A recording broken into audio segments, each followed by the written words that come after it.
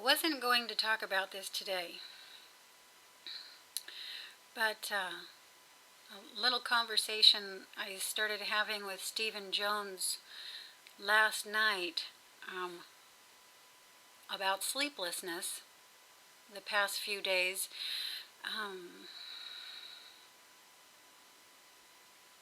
Sort of triggered a new understanding of something that's, well, something that occurred with me about 10 days ago and has been slowly playing out ever since. So about a week and a half ago, for some interesting reason, mid-morning, I started getting that nice feeling that rolls up on me sometimes. Started happening a couple years ago, but every now and again, during the day, I will just start feeling, for lack of a better word, wonderful, peaceful, calm, perfect, absolutely content, blissful. And it was on one of these days that in the afternoon, for some unknown reason, I felt seriously inclined to ask the person I was with, an elderly woman who doesn't think about any of these kind of things, what she thought about life in the galaxy. If she thought there was life elsewhere. And we just sort of had a little talk about this, and I was actually surprised by her reply as well, which was very coherent and very interested when normally it isn't. And then later that night, again, the same feeling is with me. And I had gone out into the living room for dinner, and sometimes I just sit out there, and this is my care client. I just kind of keep an eye on things for a little bit, make sure everything's okay, and so I'll flip through and see if there's any movies on or something like this. And we come to a channel where it's the end of a movie, and a new movie's about to begin. So we go ahead and leave it here. And in the, little bits at the end where the, actors' names and everything is scrolling through, there's some audio still playing from the movie. And what the audio is calls into a UFO hotline center of people who had made sightings. And we're like, oh, okay, this must have just been a movie about UFO sightings and such. We didn't even realize. And so we're sitting here listening to this go on and on and on. I think we listened to like 5-10 minutes of phone calls into the UFO hotline.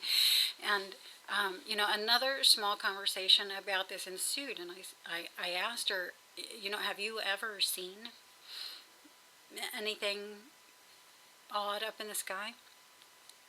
And long story short, I just ended up telling you that, I never really had, not like what I hear other people, saying with, objects and things like that. No, nothing like that. And that night I went to bed, and in the morning had 2 etheric projections.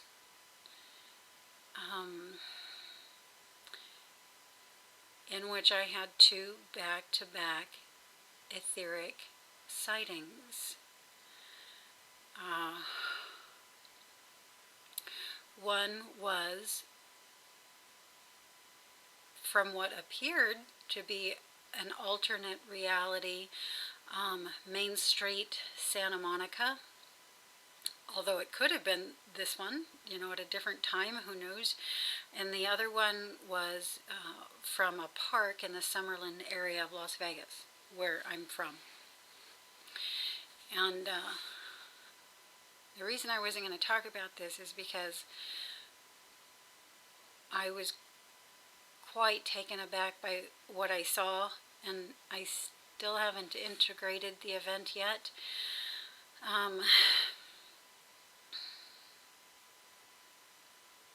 But in the first one, the one that happened, I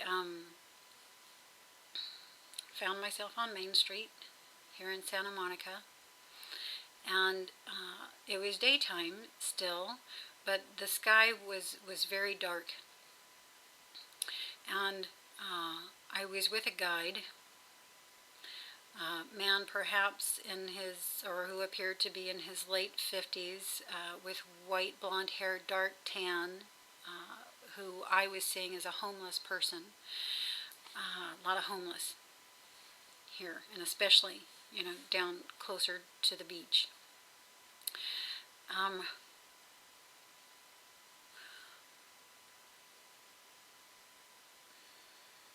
There's a lot of things that happen right here, and I guess I'll cut directly into where I look up into the sky, and I see what looks like, I've just arrived, so I haven't caught up with where I am fully yet, and I'm wondering why the sky is dark and it's still daytime, and I then look up and I see what appears to be a mushroom cloud explosion.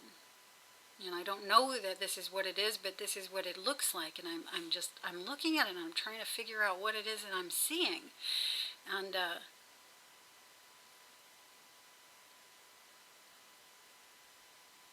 that point, look back to the guide who's here with me, who we were having a conversation. He's going another way down the street, and I'm to do something, and I'm not going to go into that.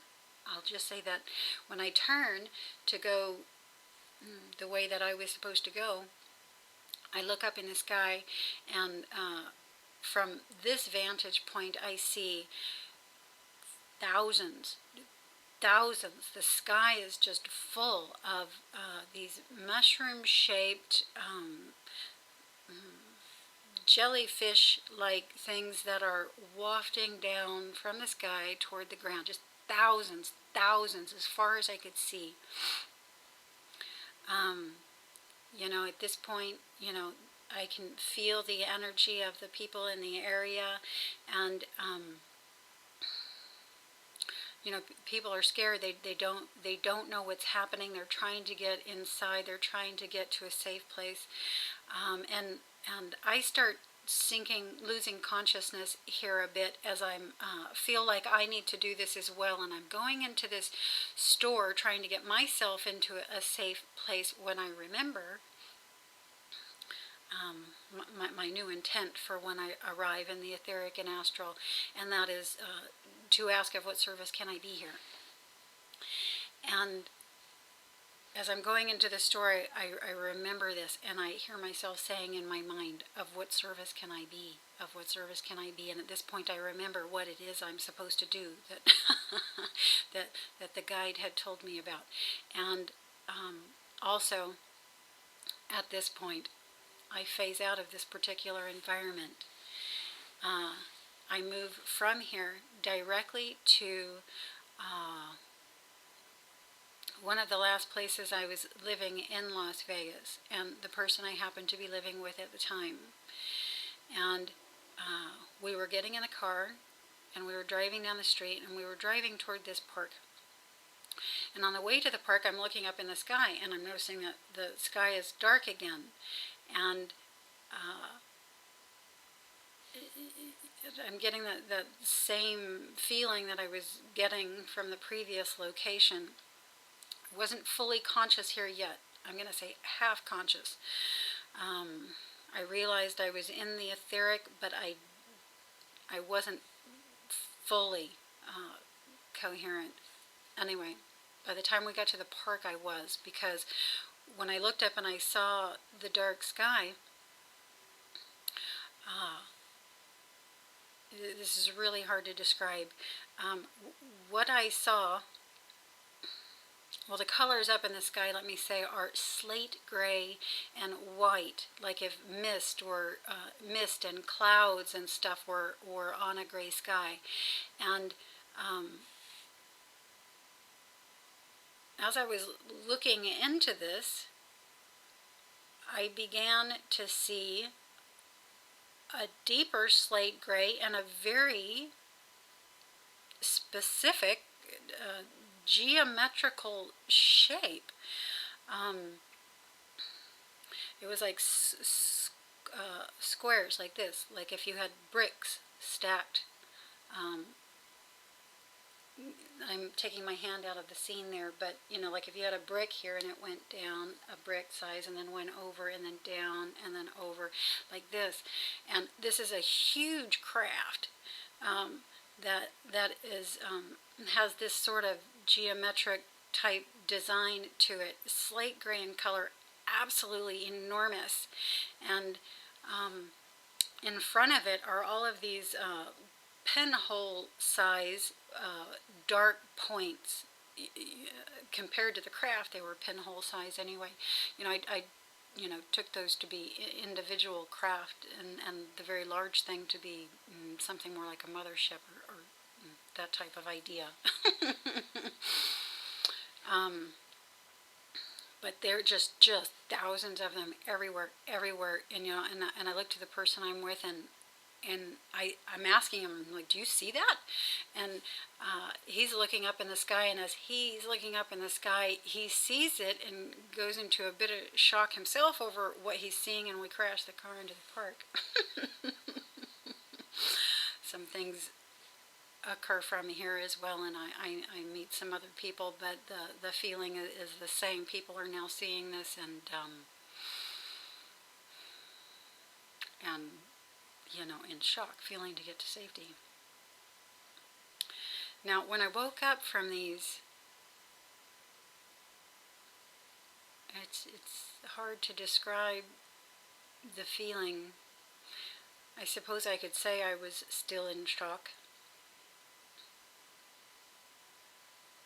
Not wholly accurate, but something like that. Speechless, not knowing what to think, not really knowing what I just saw, not really knowing what just happened.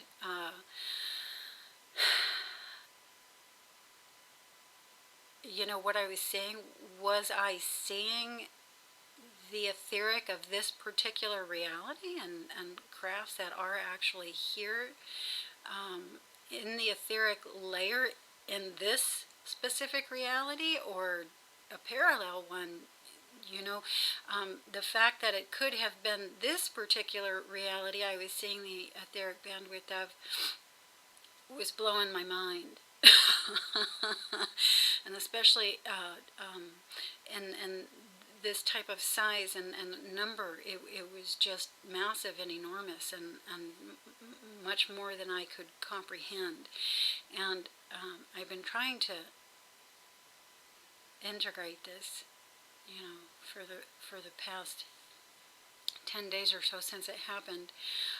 One of the reasons also why I haven't been making videos this past week. It just wasn't possible in that type of way I was feeling. But before I end this video, I just want to say that an interesting thing happened after this happened, and that is for 5 days, I think, I couldn't sleep. You know, and that's why the conversation with Stephen about his recent sleeplessness triggered me remembering that and putting that together with that event.